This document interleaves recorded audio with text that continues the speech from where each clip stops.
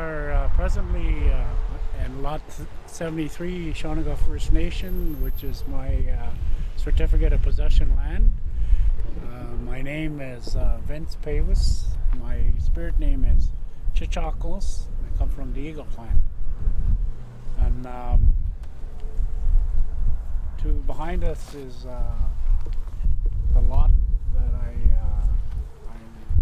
I own, and I have Blue Sky Woman Trading Post, and we have Highway 69 Medicinal Shop on our premises, and we also have an outlet for an organization that builds sheds, and so we are a wholesaler of those sheds also, and so to the east is Prairie Sound, to the north is Pornaborough, and to the west is Georgian Bay. This is a 5 Mile Lake beside us, Rock Island Lake, and this is the territory that I grew up in as a young boy, and I lived here majority of my life. We see a hill here, and in behind it is a healing lodge.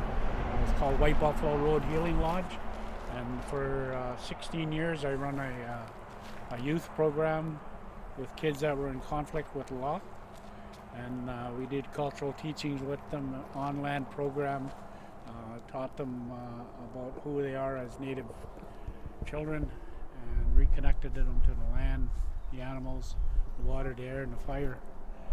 And they would come to the program as a result of either being on probation or being being detained. So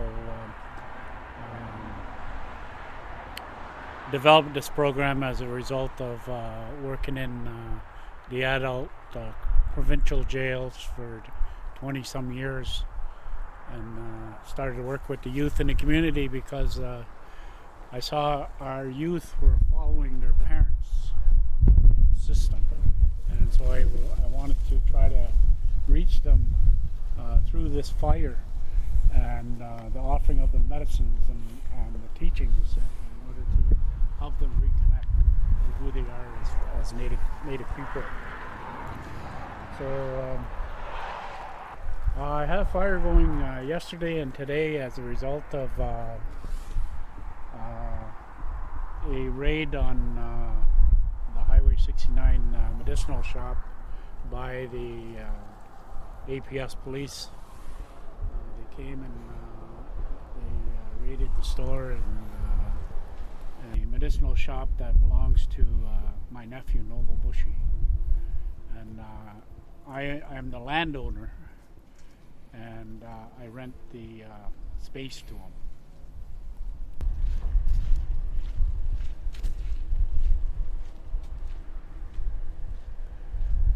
When they come. So this is the entrance into the medicinal shop.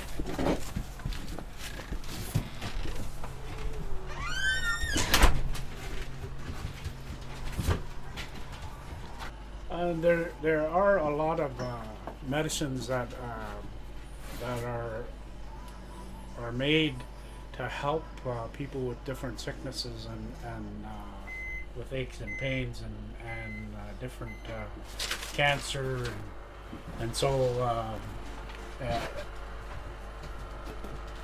I believe that these medicines help our people to heal themselves. And so this is why when Noble wanted to do the shop, we had discussions about it and explanations about all the various medicines that would help people, and so that's why I went ahead and allowed him to put up a shop here.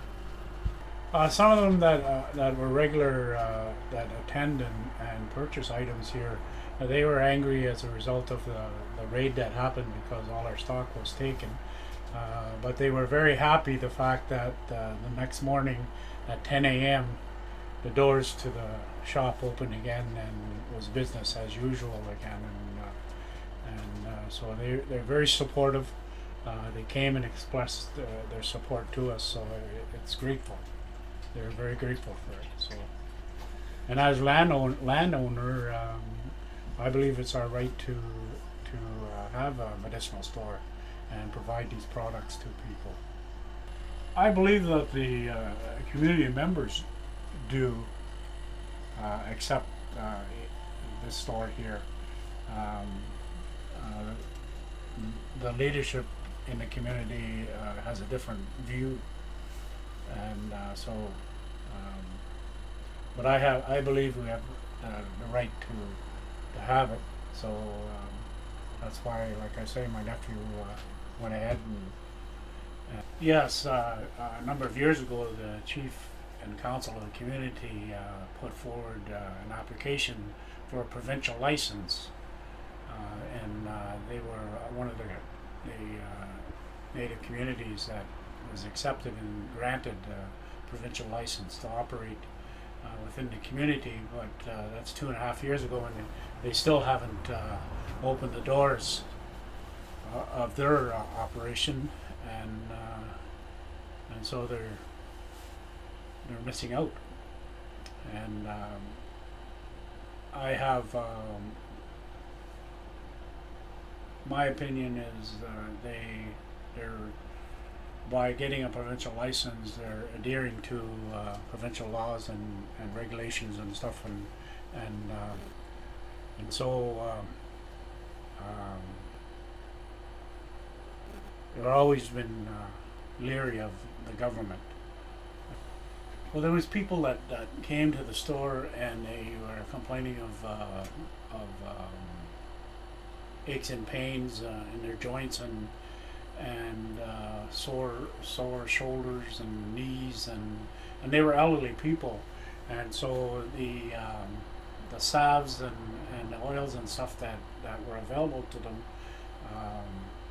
A lady came and she had a walker, and a week later she didn't have the walker anymore because the medicines had helped her so greatly that she was able to walk on her own again.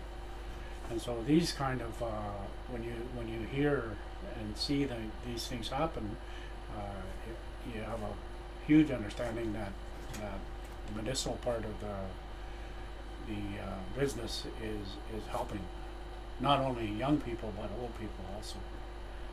When I received information that the APS were here and raiding the business, and I was in Sudbury, but I came back and they were still here when I got here, and I was met by a senior officer, and he informed me that they would be out of the building and when they were done doing inventory on what they were taking, so they were polite to me,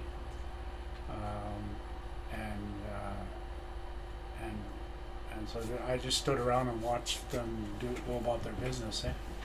When I got out of my vehicle and came beside the shop, the officers that were standing around all put their heads on to the ground as though they were ashamed that they were here doing the raid, and so it was almost like they seemed like they didn't want, it wasn't part of their job to do it, but they were there doing it because they had to. So the leadership in the community seems to think that they have total jurisdiction within the First Nation. And do they also have are they attempting to open a store of their own? They are attempting to open a store. They just did put up a couple of canisters and made a building out of them, and but it hasn't been operational yet, and I have no idea when they're going to operate. So, but when they're operating, My understanding is they, with that provincial license, they have to adhere to purchasing of purchasing of the product from the government in order to for resale.